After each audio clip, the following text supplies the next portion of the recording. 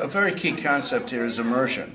You know, you don't put across a concept, including the concept of what should occur in a classroom or school, with any one thing you do. So the participants here are immersed in constructivism. We have posters all over with newspaper clippings, examples of articles about schools doing constructivism. Most of the time the word constructivism isn't used, but the article or picture reflects something that's obviously constructivist based.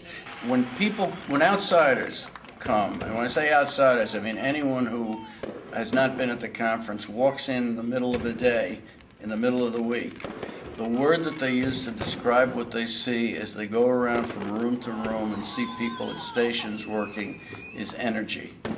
They're just amazed at the amount of energy. We're amazed at it. We loosely advertise that the conference day is from 8 to 5.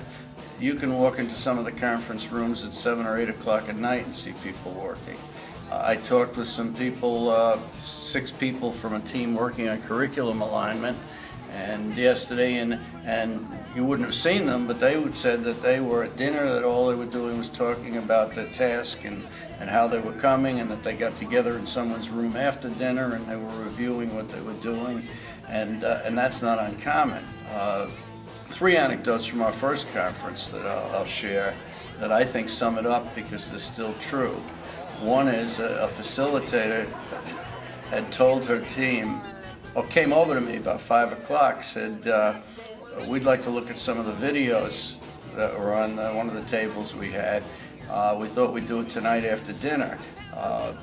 Is there any chance we could have a VCR in our room? Well, the next morning, they told me that the facilitator hadn't been able to stay with them until 9 o'clock. She had a young child at home and was commuting, but they said they got up to their room at 9 o'clock at night to watch the video, and on their bed was a bag of popcorn and a package of candies and lollipops.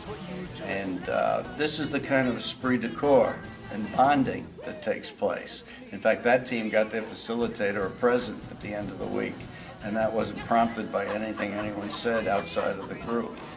The second story was an assistant principal in New York City who came with a team, and he came up to me the last day and he says, I have to admit that I really had no interest in coming to a conference.